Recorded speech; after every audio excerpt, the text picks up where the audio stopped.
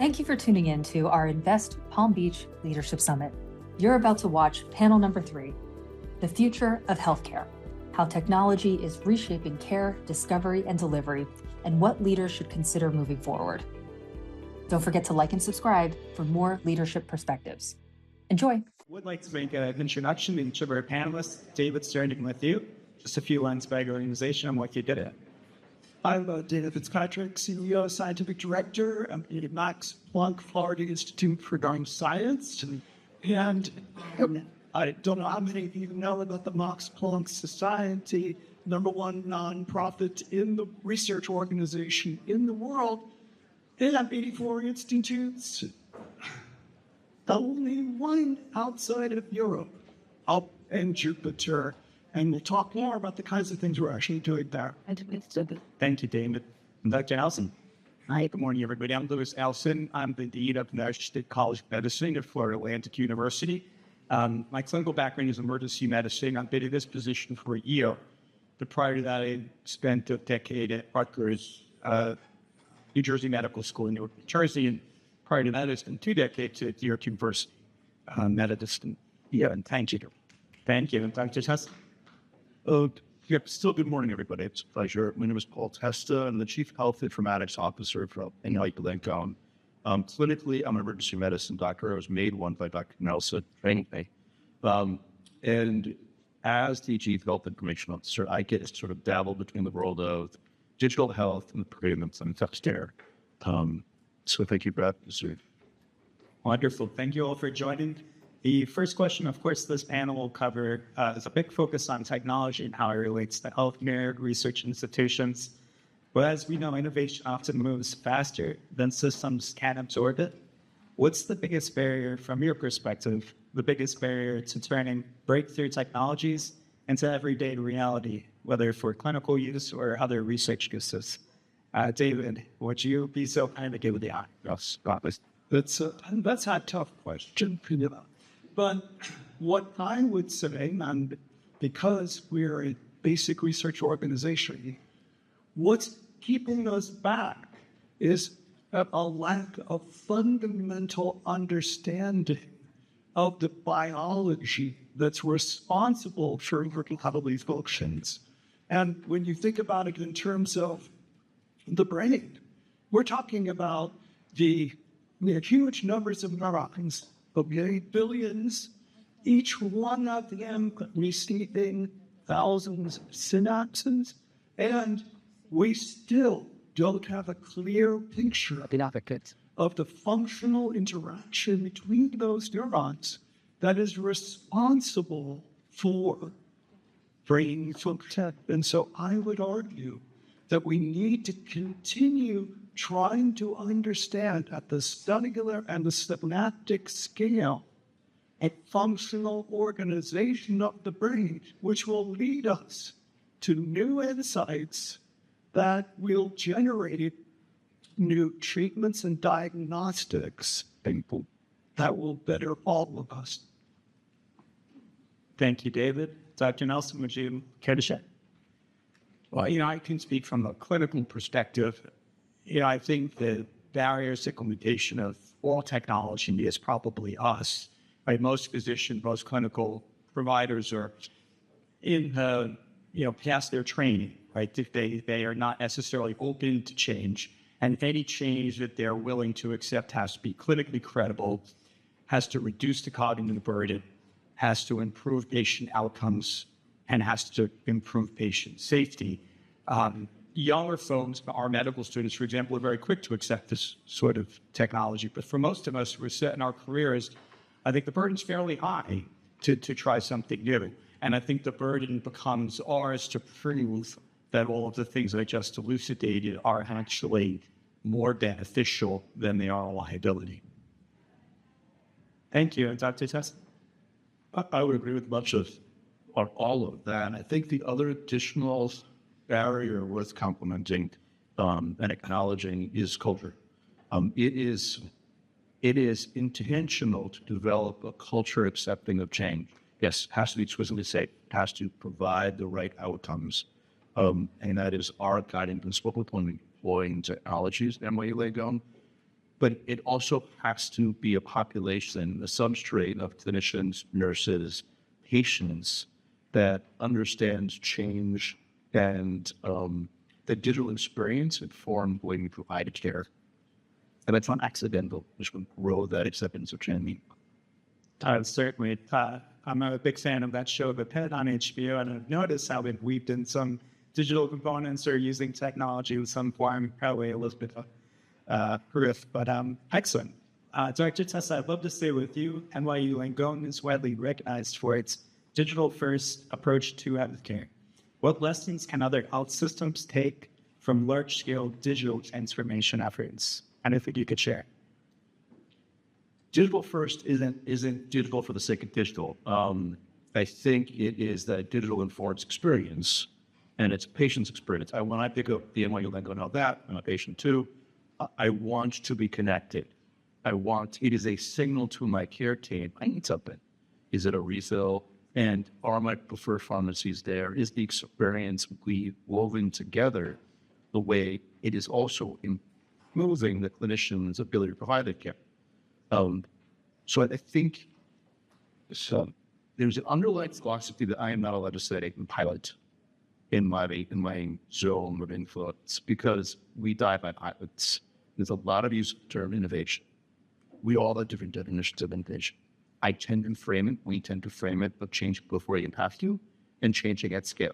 There's a lot of new sets and toys, a lot of things we could add on, and if we don't do that with the idea of scale into all of our 320 locations, all of our 6 hospitals, or 5,000 visitors, for 8 million patients, if we don't think it's the same experience, all of our locations, it's the same connected, scalable experience, we're blocking ourselves and we're just wasting resources.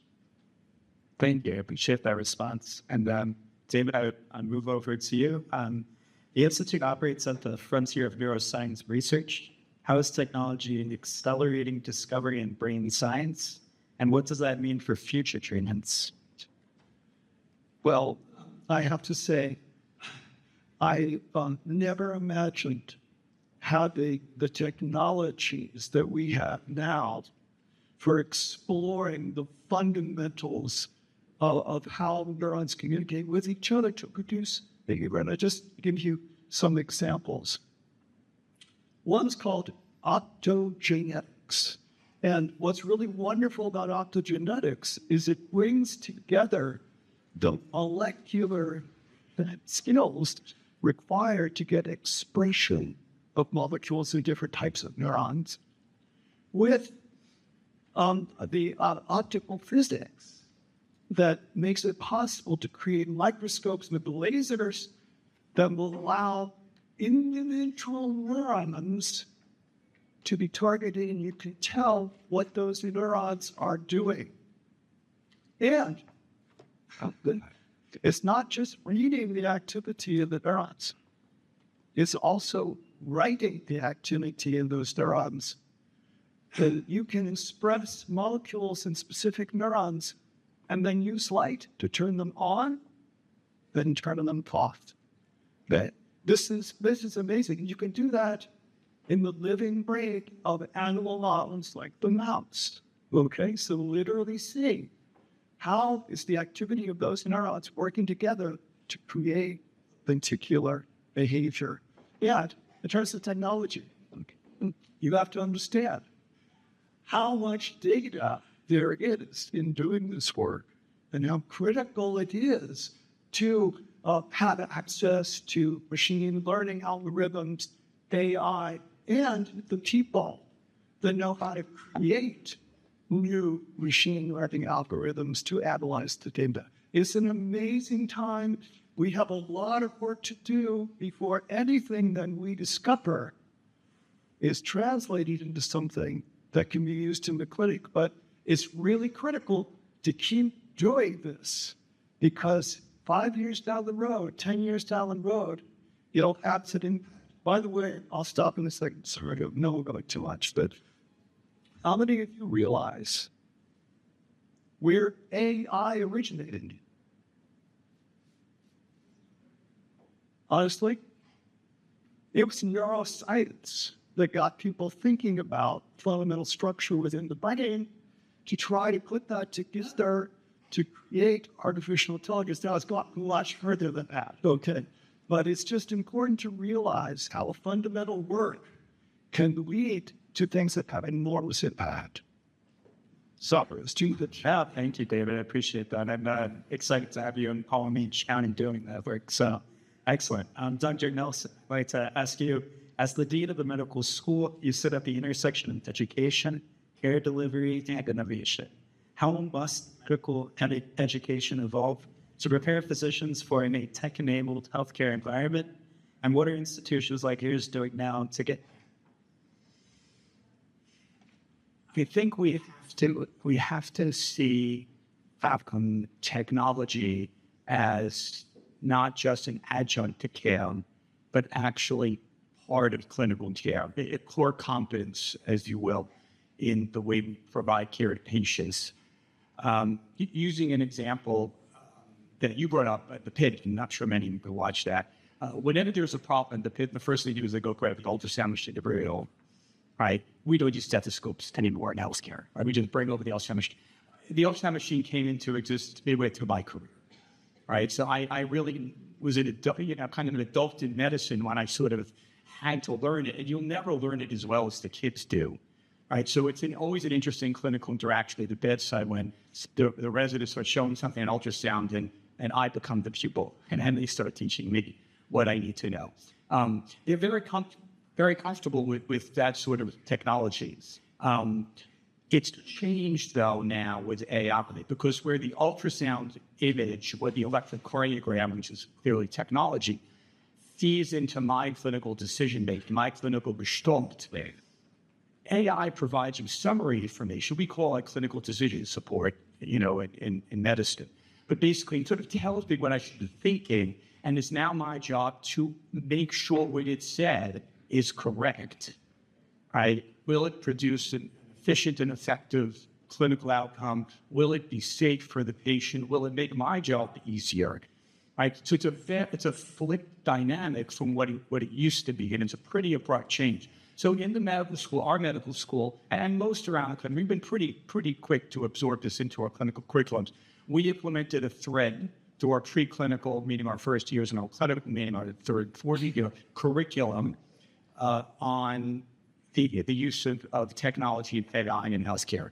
So rather than creating a course, like a 2 or a 4 week block where you just learn it, it sort of becomes a big part of what they do. An example would be one of our small group sessions, we would talk about what happens when your clinical gestalt doesn't match up with the summary information that you just got from the AI models. What do you do? Who's right? How do you adjudicate that? It's standards.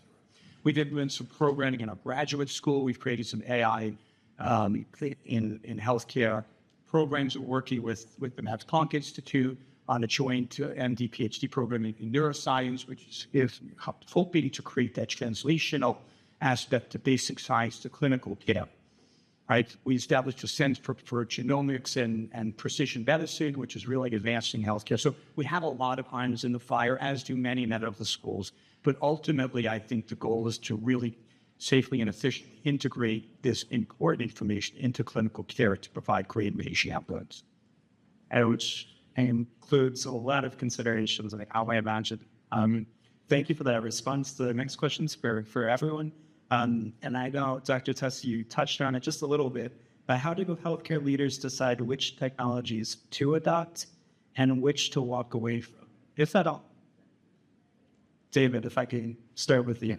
Good. Well, again, we have to put this in the context of doing the fundamental science to understand the brains. And, one of the driving forces in the Max Planck is encouraging people to take risks, to do something that hasn't been done before. Okay, and that's really, really important, right? Because without that, you're not going to get a full new, open the door to a full new understanding of things if you haven't taken a risk in a new area. Now, obviously, we have to be careful and make sure that we can afford to do these things. Sometimes it has to be within the laws, it always has to be within the realm of our budget. But I think this sort of curiosity-driven discovery approach, where you allow the investigator to go in directions that they are highly motivated to do, that they have the talents that maybe others don't have, and that can build the team to make it happen. That's what the future is, and that's what's going to make sure that 5 to 10 years from now, we have new things within Commit. Thank you, David. Dr. Nelson, is there anything you'd like to add? And sort of like I suggested before, if you don't engage the clinician, that's not going to happen. And it's a big challenge because, many of these technologies do increase our workload or our cognitive burden. The cognitive burden here means essentially making sure the technology is right. We've all been trained to think one way. We have our own internal algorithms on how to do things. And if you're going to put something in the way of that, it's going to change my practice. It's going to make my work harder. We think about clicks, right? How many clicks it takes to get something done. If you're going to reduce my clicks, that's great. But if you're going to add to my clicks, as helpful as it might be in the end, it's going to make it more difficult to get implemented. I do think we always think about the patient, and improving outcomes is critical. But making sure things are safe is even more important. And I know you commented about pilot testing, but in my mind, I think we have to be super iterative about these things, and we can't just assume that because it's marketed to do one thing or another, it's going to do that when we apply it to our own clinical practice and culture of our institution. So I think we really have to be deliberate about if you ask what question we're trying to, or what problem we're trying to solve, and make sure we're going in that direction. Thank you, Dr. Nelson. Dr. Tosta, anything you'd like to add? Sure. I think it's, we're nonprofits, so we have to be cautious stewards of our resources. We have a tremendous number of vendors who come try to sell us the new way, thinking we're Goldman Sachs, and our margins are different, and what you're willing to negotiate and how we scale is different. I absolutely agree that the lack of pilot doesn't mean you don't iterate. But you do a proof of concept, does the concept scale, and then you deploy. That's the way we can afford to do this. Safety, quality, and efficiency. Safety, quality, and efficiency are the primary stewards of how we play technology. Then we go, and we do that in the framing, as Lois pointed out, of the patient's experience. So the way we make those choices. It's a lot to hear from our clinicians and from our kitchens. Those are rapid, ready findings of how we choose with technology. Great, thank you all. I did have one more question. Really, for the audience, I think it would be great to have a nice takeaway of where you see Palm Beach County's healthcare research ecosystem going over the next 5 years. I think 2026 is its highest midpoint into the decade, and I can only imagine what 2030 will look like. But if you have any insight that you'd like to share out the industry, or at least within your organizations, and what you have going for the next 5 years, Dr. Tessa, I can stay with it. Sure. For Edwin Young, what the future for us is in Palm Beach. We're opening 3 locations this year alone, including the Julia Cobb family ambulatory center, which is a massive cutting-edge 8-story center in West Palm. But as I alluded to earlier, a great, high-quality, exceptional care is integrated care. So no matter where you show up, it's how in one of our locations, it should be the same experience, the same integrated record, same technologies. So to do that is sort of how do we expand that experience with these technologies? And when you move between in the Northeast and here, that's very important to us with more effective. Thank you. And Dr. Nelson? Well, as you know, we are the hometown university for Atlantic, and we are the medical school of Palm Beach County. So I feel that the growing presence of innovators and research laboratories and other the industry here is critical to the continued growth of the county and the region, and probably the state. That we should be part of that. And I truly believe that as a College of Medicine, as a university, we've really been trying to be good stewards of that sort of activity. We work really well inside of the university, and you've heard about Max Planck. We work a lot with our College of Engineering, our College of Science, et cetera, on AI applications, on genomics, on precision medicine. We work with partners locally. We work with health systems within the region as well, and we will work with health systems that come from outside. Remember, what's coming down here is not NYU College of Medicine, School of Medicine, it's NYU Langone Medicine. We work with Tampa General, and they come over. So we are the medical school, in my mind, who should be working with all the health system partners that enter the region to really grow great clinical care, which will be empowered by technology and AI. Hey, thank you. And David, let's close us out. Okay. I am so excited at seeing what has happened here in Palm Beach County since I came here in 2012. So, oh my God, the growth here is just absolutely amazing. And we are contributing to that. Our collaboration with FAU in terms of the graduate programs. We have high school students from FAU that are coming into the institute learning about science. But we're also communicating with the neuroscience community. We are bringing together over 400 neuroscientists to come to West Palm for what we call the Symposium. And this is a wonderful opportunity to exchange information about neuroscience, but it's also a wonderful opportunity to get them to understand how neuroscience and science in general is growing in this community. So I'm really excited to be here. Thank you. All three of you, please, a round of applause.